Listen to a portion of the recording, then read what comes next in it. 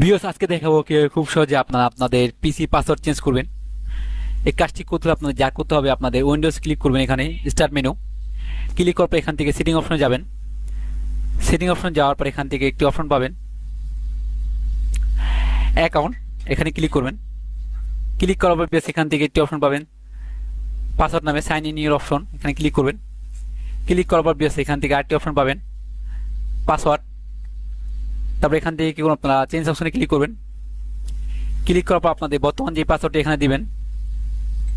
তারপর এখান থেকে আপনারা নেক্সট ক্লিক করবেন। তারপর এখান থেকে নতুন পাসওয়ার্ডটি দিবেন, এখানে সেম নতুন পাসওয়ার্ড দিবেন। এখান থেকে আপনাদের ডিফল্ট পাসওয়ার্ড দিবেন। তারপর এখান থেকে নেক্সট ক্লিক করবেন, এখান থেকে ফিনিশ ক্লিক করবেন।